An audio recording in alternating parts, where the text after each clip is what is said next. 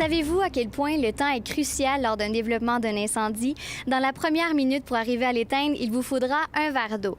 Dans la deuxième minute, c'est une chaudière d'eau qu'il vous faudra. Et dans la troisième minute, c'est plus de 500 gallons d'eau.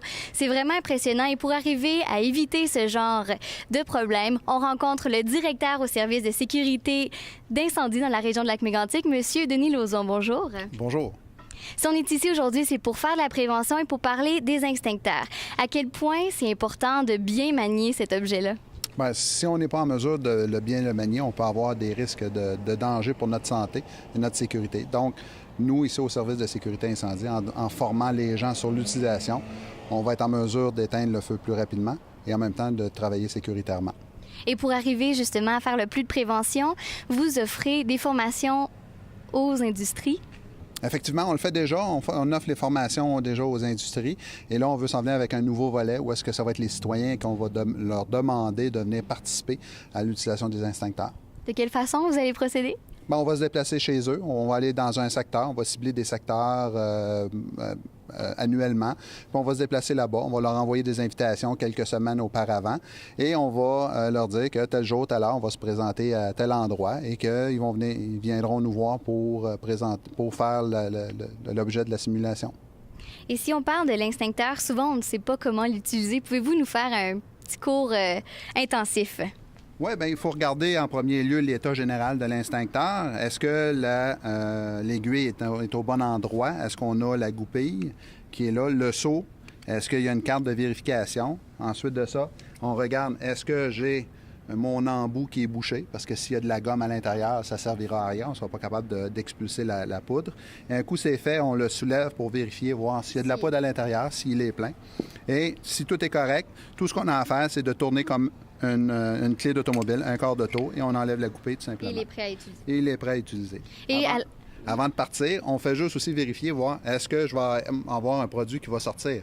Ça peut arriver dans l'utilisation qu'il ne fonctionne pas du tout. Même si on l'a acheté dernièrement au magasin, ça se peut qu'il ne fonctionne pas du tout. Alors ça, c'est important de vérifier. Et après ça, on le prend et on l'utilise. Et à la fin de notre entrevue, vous allez nous montrer avec votre simulateur incendie, nous montrer un peu comment on peut se servir de cet extincteur. Effectivement. Puis il faut toujours garder en tête qu'il faut avoir une sortie de secours en arrière de nous. Si on ne parvient pas à éteindre le feu, on va tout simplement sortir et on va attendre que les pompiers arrivent. Ici, on parle du Club des pompiers. Vous êtes actif toute l'année. Le 17 septembre dernier, vous avez fait une vente de pommes. Quelles seront vos prochaines activités? On va retourner au lavage de trottoir qui va être à la fin de l'hiver. Il va y avoir encore la vente de pommes. Et l'année prochaine, on va faire le biscuit sourire de Tim Hortons. Donc, ça va être autour du Club des pompiers à faire à ramasser des fonds. Là. Et qu'est-ce qu'il y aura le 12 octobre prochain? 12 octobre prochain, c'est la grande évacuation. Tous les gens de la municipalité, on va positionner des camions dans des quartiers avec nos sirènes et nos gyrophares. On va dire aux gens que la simulation débute. Et ça se fait à la grandeur du Québec. Donc, on veut que les gens de Mégantic soient en mesure de pratiquer leur plan d'évacuation et de le mettre en œuvre et de sortir à l'extérieur en toute sécurité. Et si on revient à nos moutons avec notre extincteur, maintenant qu'on est prêt, qu'on sait comment bien l'utiliser, pouvez-vous nous faire la démonstration? Oui, bien sûr, on me fait plaisir. Je vais demander de l'aide à mon capitaine Denis Godin pour ce faire. C'est lui qui va agir comme démonstrateur et moi, je vais l'utiliser comme étant un instructeur. On vous regarde. Donc, on est prêt à faire la simulation. Donc, à ce moment-là, on vérifie, voir est-ce que j'ai du produit en s'assurant d'expulser, en squeezant la poignée. On est prêt. Donc, on a notre flamme et on peut procéder à l'extinction.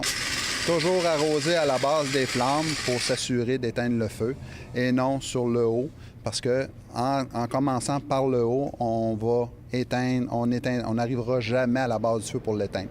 Alors que lorsqu'on commence à la base des flammes, après ça, la convection va faire que l'eau va monter en haut et va éteindre ce qui reste comme incendie. On veut éteindre le cœur.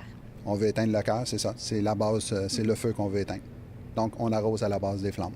Mais toujours se garder une porte de sortie. Si on n'est pas capable d'éteindre notre feu, on a toujours notre sortie qui est en arrière de nous et on est capable d'évacuer au besoin. Mais avant ça, il faut avoir appelé les pompiers. Oui. Il ne faut pas tenter de l'éteindre et après ça, dire « Ah, je ne suis pas capable de l'éteindre, j'appelle les pompiers », il est déjà trop tard. Oui. Nous, on commence avec 2 prises au bâton tout de suite en partant. Donc, à ce moment-là, on appelle les pompiers, on essaie de faire l'extinction. Si on n'est pas capable, on se retire, tout simplement. Merci beaucoup, M. Lauzon. Ça me fait plaisir.